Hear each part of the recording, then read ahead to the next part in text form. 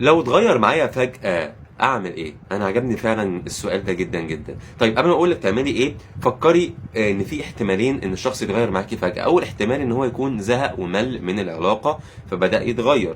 تاني حاجة ان هو بيعاقبك او بيحاول يخليك انت تضعفي وتبقي انت بقى اللي متذلله له وعايزاه ومتمسكة بيه جدا.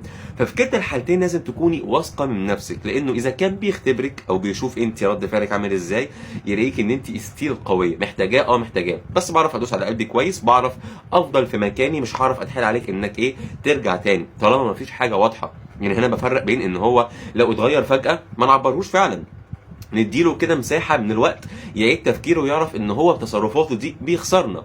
ولكن اذا هو اتغير بسبب شيء معين او خناقة حصلت، فانا الواجب عليا ان انا احاول احافظ عليها قد ما اقدر، اصلح الموضوع على قد ما اقدر، بس اعد كام مرة بصلح فيها الموضوع واحط لنفسي ليميت ان انا مش هعدي عدد المحاولات دي. خلاص انا وصلت لاخر محاولة معايا ويعمل اللي هو عايز يعمله.